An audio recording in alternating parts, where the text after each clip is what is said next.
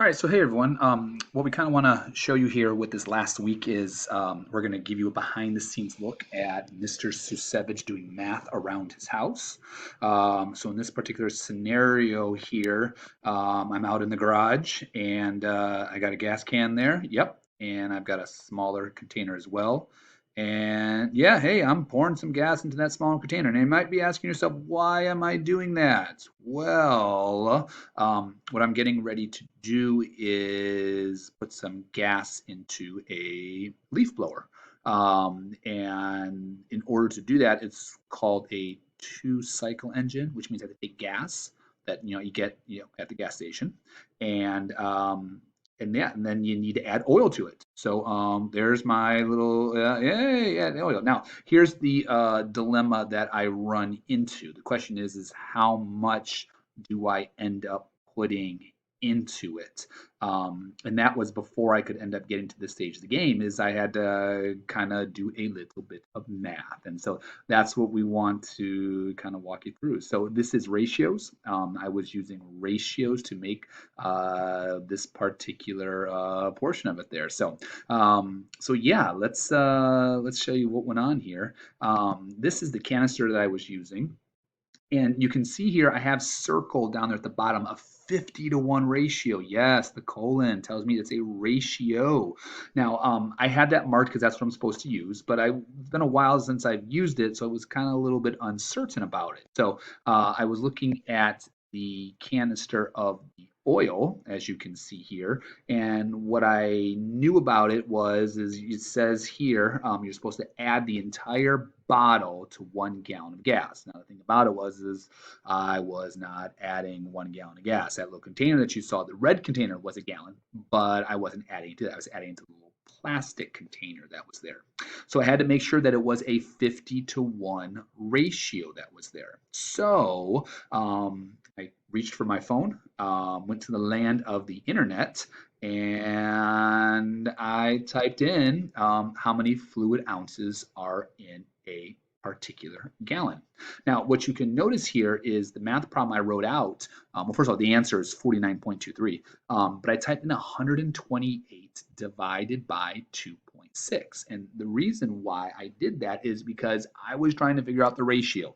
And so I had to keep things in order. It was a 50-to-1 ratio I was looking at.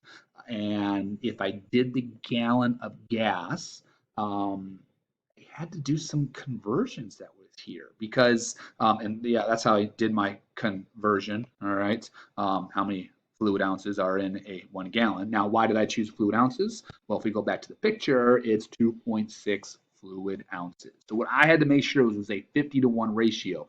So I typed in that 128 fluid ounces.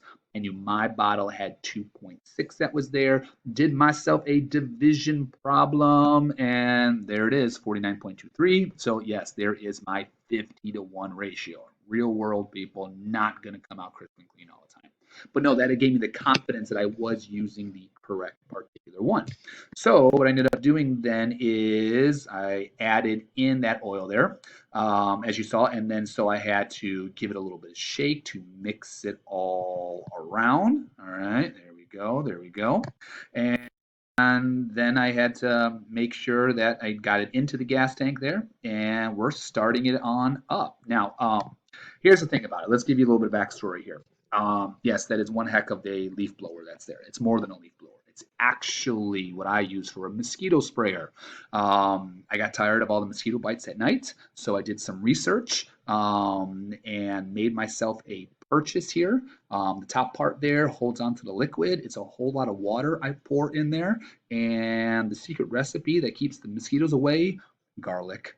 All right, yeah, it's highly concentrated liquid garlic. The research that I found was that mosquitoes are very sensitive to smell, and that garlic overwhelms them. And when I spray that around my house, they want to stay away from it, which is why I do have a bubble, in a way, a mosquito bubble to keep them out because they don't want to come anywhere near it or lay any eggs that are there. But the other thing is when I don't add any liquid into it, then I can use it as a leaf blower, and that's what we are doing here. So I added it on in, all right, started it on up, And yeah, the goal here is all right, crank it up here, all right, and get that thing started. And yep, it's running now. I'm gonna test it out, and yep, there it is. I got my hand right there in front of it. Um, so yeah, it working. Everything was good and all set to be there. Hey, all right. And then so I was able to take it out, and yep, that's the backpack on there. There we go. We're moving around the trigger handle that's there. It's like a Ghostbusters backpack.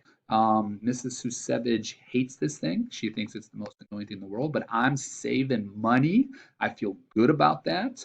And doing, like I said, doing stuff around the house that's there. So yeah, I had to do some conversions, had to do some ratios, and yeah, what I would kind of encourage out of you here today, take a look around there, take a look into your garage maybe. I'm not telling you to mix any engine oil with some gasoline. In fact, please don't do that. But yeah, see what's going on there. Maybe ask mom or dad if they have something. Do they have to do that? Whatever the case may be. And again, the idea is that ratios. Yeah, we spent a lot of time with ratios this year, and they certainly do make appearances for you. Yeah, see what you can find around the house there, people. We got more for you tomorrow. Tomorrow, you will get an actual small project to work on that I will be incorporating. So you'll be able to see me, and you'll be see me doing a little work around the house, and we'll see what you can come up with.